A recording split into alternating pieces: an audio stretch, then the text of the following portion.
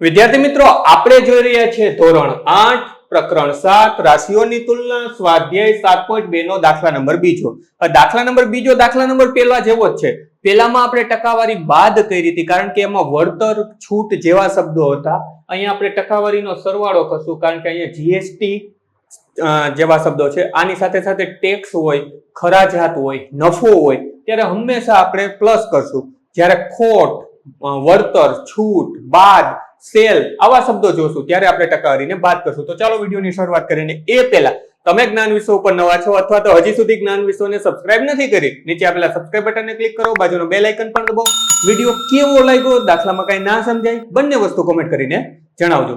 પહેલા આપણને આપ્યું શું છે એ સમજી લઈએ. તો ટીવી ની કિંમત આપણે ₹13,000 છે, ત્યાં લખી લઈએ. ટીવી ની કિંમત બરાબર ₹13,000. હવે એના ઉપર જીએસટી કેટલા ટકા લાગે છે? તો કે 12%. ટીવી પર જીએસટી કેટલો છે? તો કે 12%. તો હવે આપણે કેટલી રકમ ચૂકવવી પડશે? તો આપણે લખીએ જીએસટી સાથેની રકમની ટકાવારી. હવે અત્યારે આપણને ખબર છે ટકા હંમેશા 100 જ હોય, તો આપણે અહીં લખી નાખીએ આ 100%. કારણ કે 100% એટલે આપણને ખબર છે 100% એટલે કેટલું? તો કે 13,000.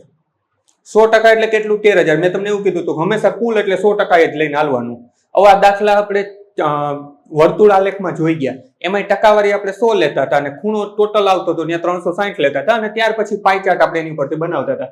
તો 100% જીએસટી કેટલો છે? તો કે 12%. તો હું લખી નાખું +12% બરાબર જવાબ આવ્યો 112% આપણે એને ચૂકવવા પડે. હવે આ દાખલો મેં તમને આગલા દાખલામાં કીધું હતું એમ પણ થઈ શકે. શું? તો કે પહેલા 100 એ 13,000 તો 12% એ કેટલું મને વળતર મળશે. વળતરને વળી હું મૂળ કિંમત સાથે સરવાળો કરીશ અને જવાબ મળશે. જ્યારે આ રીતથી તમને એક જ સ્ટેપમાં જવાબ મળી જશે. તમને જે રીત સુટેબલ લાગતી હોય એ કરી શકાય. તો હવે હું શું કરીશ? હવે ત્રિરાશિ મૂકી દઈએ. તો અહીંયા લખું 100% એ કેટલું? તો કે 13,000.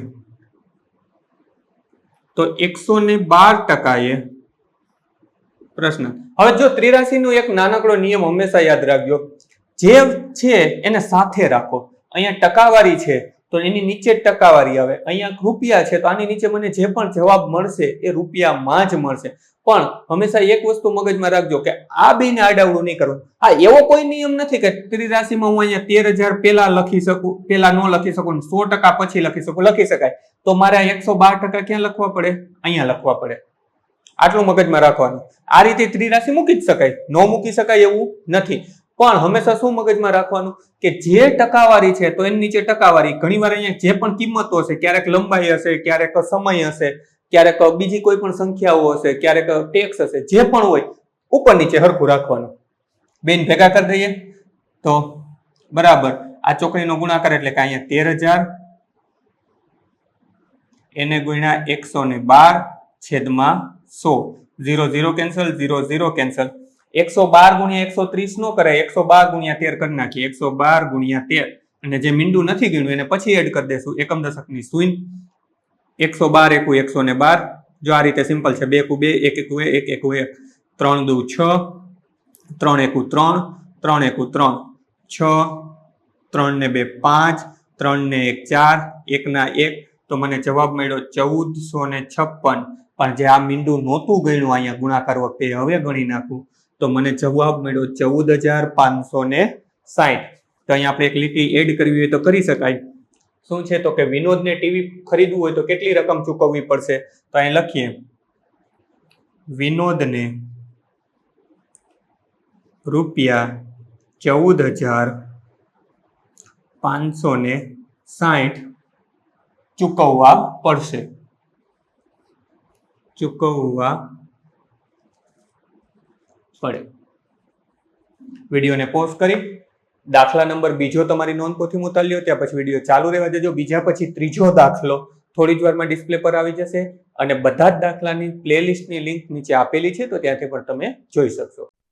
બાળ મિત્રો, વિડીયો જોવા માટે ખૂબ ખૂબ આભાર. આ વિડીયોને લાઈક કરો, જો હજી તમારા મિત્રો સાથે આને શેર ના કર્યો હોય તો આ વિડીયોને શેર કરજો અને મારી આ ચેનલને કે જ્ઞાન વિશ્વને સબસ્ક્રાઇબ કરવાનું ભૂલતા નહીં.